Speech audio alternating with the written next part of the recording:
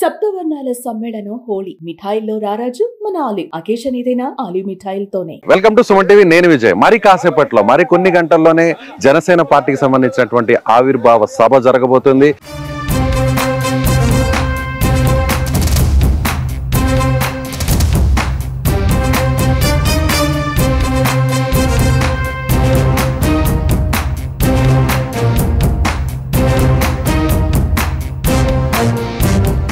Yes, మనం వేదిక మీద ఉన్నాం. ఎక్స్క్లూజివ్ గా సుమన్ టీవీ ఇక్కడున్న మొత్తం అన్ని పరిస్థితులు మీకు వివరించే ప్రయత్నం చేస్తాను.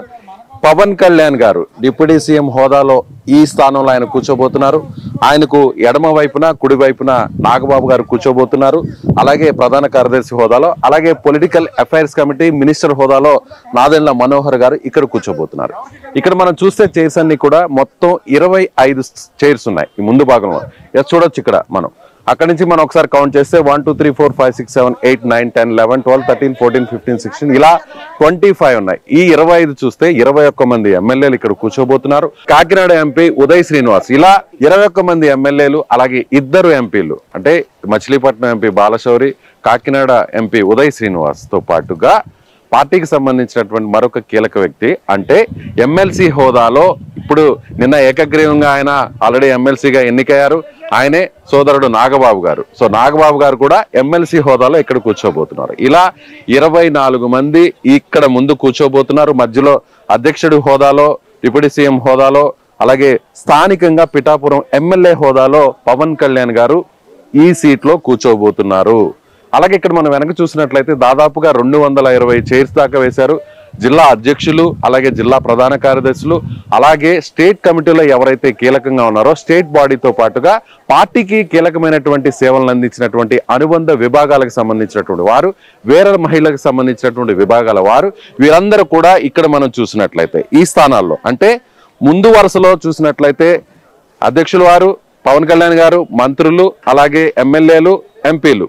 ఇక్కడ ఈ స్థానంలో చూసినట్లయితే ఇక్కడ ఎవరైతే పార్టీకి సంబంధించినటువంటి జిల్లా అధ్యక్షులు, కార్యదర్శులు, అలాగే స్టేట్ బాడీలు ఎవరైతే కీలకంగా ఉన్నారో ఆ కమిటీకి సంబంధించిన వారందరూ కూడా ఇక్కడ కూర్చుంటారు. సో ఇక్కడ మనం చూడొచ్చు అతిపెద్ద ఎల్ఈడి స్క్రీన్ ని ఇక్కడ ఏర్పాటు చేశారు. సో ఆల్రెడీ మనం సుమన్ టీవీలో కూడా చెప్పడం జరిగింది. ఇంటర్నేషనల్ స్టాండర్డ్స్ తో ఇక్కడ ఆడియో విజువల్ కావచ్చు, వీడియో కావచ్చు, ఆడియో కావచ్చు.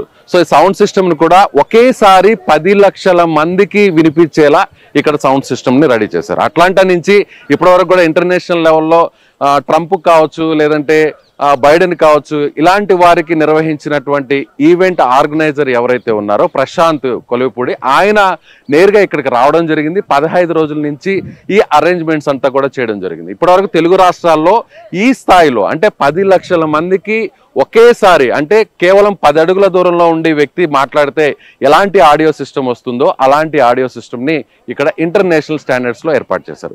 అలాగే ఇటువైపు చూస్తే స్టేజ్ కి ముందు వైపు చూస్తే ఇక్కడ మనం చూడవచ్చు. ఇక్కడ ముందు వైపు చూస్తే దాదాపుగా 2 లక్షల మంది ఒకేసారి కూర్చునే విధంగా కూడా సీటింగ్ ఏర్పాటు చేయడం జరిగింది. ఇక్కడ మనం చూడొచ్చు స్టేజ్కి ముందు కావచ్చు, రైట్ సైడ్ కావచ్చు, లెఫ్ట్ సైడ్ న వేరే మహిళలకు పార్టీ కోసం సంబంధించినటువంటి కష్టపడిన వారందరూ కూడా లెఫ్ట్ సైడ్ న అవకాశం ఇవ్వబోతున్నారు.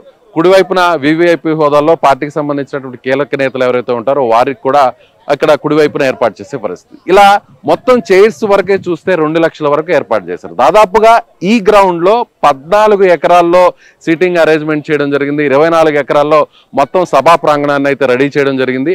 అదే విధంగా మనకు కనిపిస్తున్నట్టు అటువైపు చూసినట్లయితే నేషనల్ హైవే రోడ్డు వస్తుంది. రోడ్డుకి అవతల వైపు కూడా కొన్ని ఎల్ఈడి స్క్రీన్లు ఏర్పాటు చేయడం జరిగింది. రోడ్డుకి యువతల వైపు కూడా దాదాపుగా 20 ఎల్ఈడి స్క్రీన్లు భారీ స్థాయిలో ఏర్పాటు చేయడం జరిగింది. అంటే ఒకేసారి 6 లక్షల మంది సభలోకి వచ్చినా కూడా నాయకులందరినీ కూడా చూసే విధంగా కూడా ఏర్పాట్లు సిద్ధం చేయడం జరిగింది.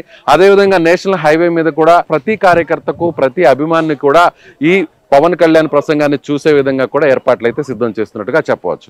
అదేవిధంగా వచ్చిన ప్రతి ఒక్కరికి కూడా భోజన సదుపాయాన్ని ఏర్పాటు చేస్తున్నారు. అలాగే ఎండ వేడిమి ఎక్కువగా ఉండడంతో పుచ్చకాయ లాంటి వాటిని కూడా ఇవ్వబోతున్నారు. అలాగే మజ్జిగ, బటర్ మిల్క్ కూడా ఇవ్వబోతున్నారు. ఎప్పటికప్పుడు వాటర్ని కూడా ఇవ్వడానికి అన్ని రకాల ఏర్పాట్లు చేశారు. అలాగే స్టేజ్కి రైట్ సైడ్ లెఫ్ట్ సైడ్ కూడా మెడికల్ క్యాంప్స్ని కూడా ఏర్పాటు చేస్తున్నారు. ఎవరైనా సొమ్మసిల్లి పడిపోతే వారిని నేరుగా అక్కడ ఏసీ లాంటి కొన్ని ఎయిర్ కండిషన్ ఫెసిలిటీ ఉన్నటువంటి కొన్ని క్యాంప్స్ని కూడా రెడీ చేశారు. వాళ్ళని అక్కడ సేద తీర్చేందుకు, అక్కడ వైద్యాన్ని అందించడం కోసం కూడా స్టేజ్కి లెఫ్ట్ వైపును చూసినట్లయితే మనకు కొన్ని క్యాంప్స్ని కూడా రెడీ చేసినటువంటి పరిస్థితి. సో ఇలా ఈ రోజు జరగబోతున్నటువంటి 10 లక్షల మంది ఒకేసారి వీక్షించేలా, ఒకేసారి ప్రసంగాన్ని వినేలా అన్ని రకాల అంతర్జాతీయ స్టాండర్డ్స్ తో ఈ సభనైతే మాత్రం సిద్ధం చేశారు. సో మీరేమనుకుంటున్నారు? అందరూ ఎదురు చూస్తున్నారా పవన్ కళ్యాణ్ ప్రసంగం కోసం? అలాగే జనసేన పార్టీ ఆవిర్భావ 12వ సభ కోసం ఎదురు చూస్తున్నారా? ఖచ్చితంగా సుమన్ టీవీని వాచ్ చేయండి. ప్రతి pin to pin, minute to minute updates ను మీకు అందిస్తుంటుంది. కెమెరామెన్ సీన్తో విజయ్, సుమన్ టీవీ, పిఠాపురం నుంచి.